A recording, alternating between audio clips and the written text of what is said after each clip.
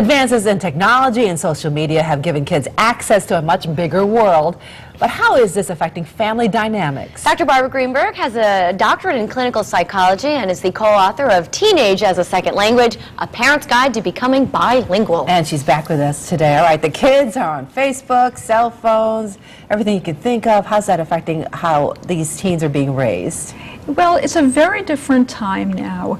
It used to be that if our parents wanted to make contact with us, and I can think of my own mother, they would call us from their window and say, "Barbara, it's time to come in for dinner." And it was as simple as that. We were tired, we were hungry, we came up for dinner.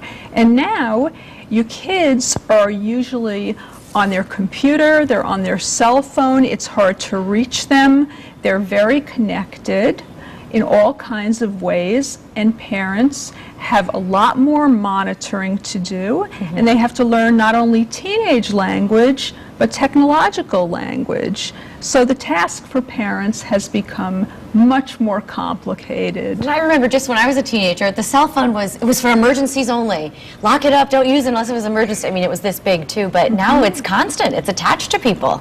Right. So it's we used to get mail once a day. I remember we used to get mail once a day, and it was so exciting to get mail once a day.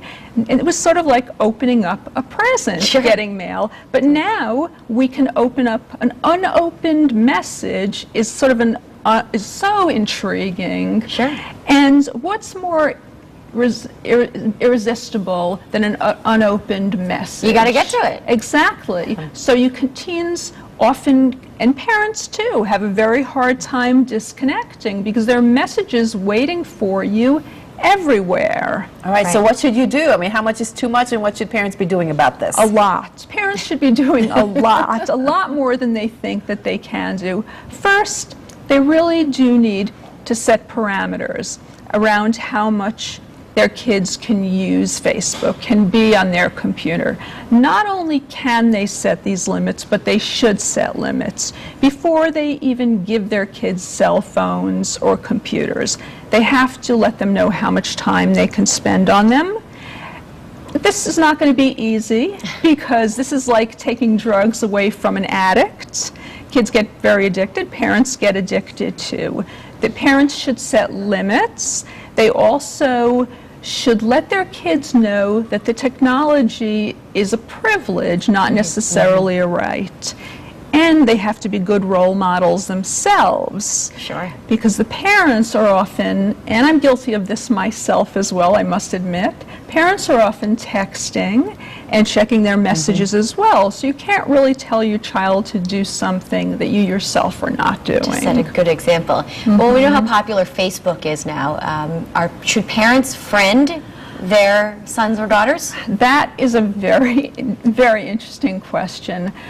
My answer to that is no, because your kids really aren't your friends. You know, how frequently do you tell your friends to do their laundry, their homework, or clean up their room, right? Yeah, they're your kid. Right. So I would say no, not to friend them, but to monitor and let them know you're going to be monitoring their Facebook and every once in a while taking a peek. I do have to share a short story that happened to me with my daughter. I made the mistake of, when she was a teenager, not only friending her, but having the audacity to write on her wall.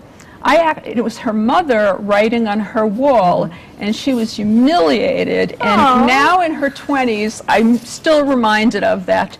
So you can, if you do decide to friend your kids, do not write on their walls. This may be the best piece of advice that you ever get. You know what I've done is that my other relatives have friended my son, so I don't have to worry about it. They monitor. Keep an eye on. Exactly, they monitor what's going on Facebook. Yes, the other thing to consider also is you don't necessarily want your teen to see what you're writing on your wall. That's right. Good point. Right? Even if it's innocuous, they may misinterpret something. Well, thank you, Dr. Greenberg, for being with us. The name of her book again is Teenage as a Second Language. All right, and don't go away. There's much more Connecticut Style coming up after the break. Thank you for having me.